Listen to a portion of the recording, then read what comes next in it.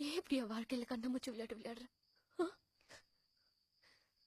நீ என் மனசு புரிஞ்சுக்கலையா இல்ல புரிஞ்சுக்கிட்டு புரியாத மாதிரி நடிக்கிறியா? சில நேரம் என் மனசுக்கு நெருக்கமா வந்து சந்தோஷப்படுத்துற, சில நேரம் என்னை விட்டு ரொம்ப தூரம் விலகி போய் காயப்படுத்துற. ஏன் இப்படி செய்யற? உங்க அப்பாவை பொறுத்த வரைக்கும் நீ உருப்படாதவன், எங்க அப்பாவை பொறுத்த வரைக்கும் நீ பொறுப்பு இல்லாதவன். ஆனா எனக்கு மட்டும் நீ ஏன் நல்லவனா தெரிஞ்ச? சொல்லு. எதுக்கு இதை பைத்தியக்காரி மாதிரி புலம்ப வச்சு பாக்குற?